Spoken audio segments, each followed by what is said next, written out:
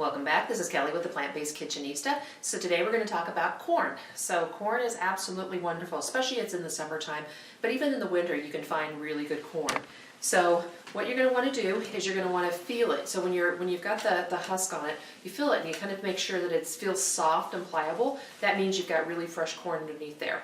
You also want to look at the tassels. So if the tassels are all dried out, that usually means your corn inside is going to be dried out. So you want to make sure that they have a little bit of the brown. You don't want to make sure there's not any mold. And then when they have the brown and stuff, they're really nice and soft. So to peel them, of course, you just pull off. I'll take this out of there. Actually, let's throw it over here. So you just peel these off. If there's sometimes if there's like a great big stalk on the bottom of it, then what I'll do too is I'll just pop that off because it just makes it a little bit easier. So you're not peeling through all the layers. It comes off really easy.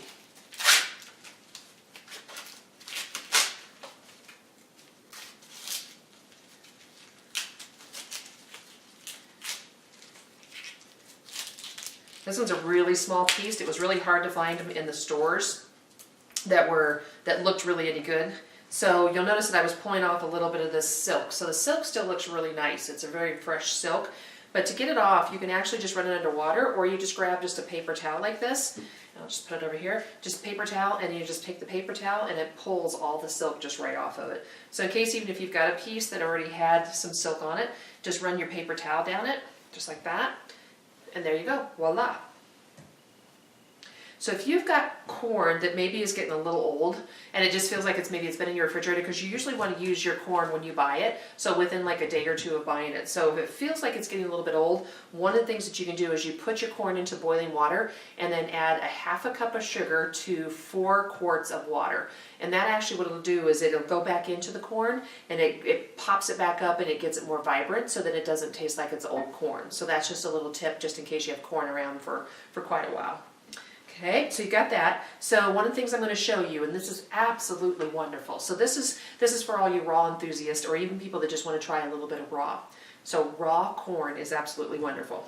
So what you're going to do is you just grab it like this, and then you can put it in a bowl if you want, or I'm not going to put it in a bowl. So you just cut down and do it really kind of slow, and I'll just do a little bit like this. Okay, so you cut down like that.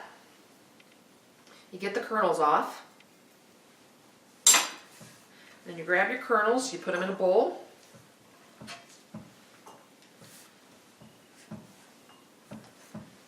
that, and you'll notice and stuff if you don't put it in a bowl, it kind of goes all over the place. So when you have that, and then what you do is you take your spoon and you run it down the side of the corn like that. So just over the places that you already actually just cut off all the kernels, run it like that.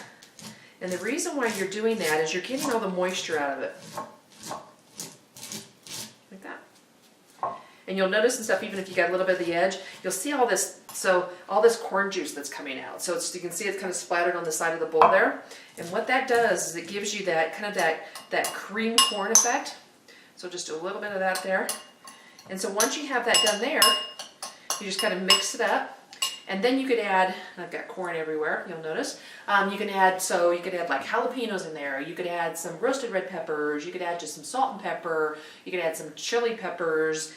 Any type of flavors that you want into that. And when you've got it, just like that, so you'll notice that all this moisture is coming out of the corn.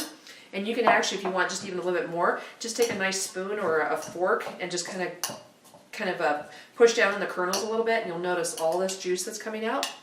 And once you do that, I guarantee you try this, you will love it. You'll never think about having to do corn ever again.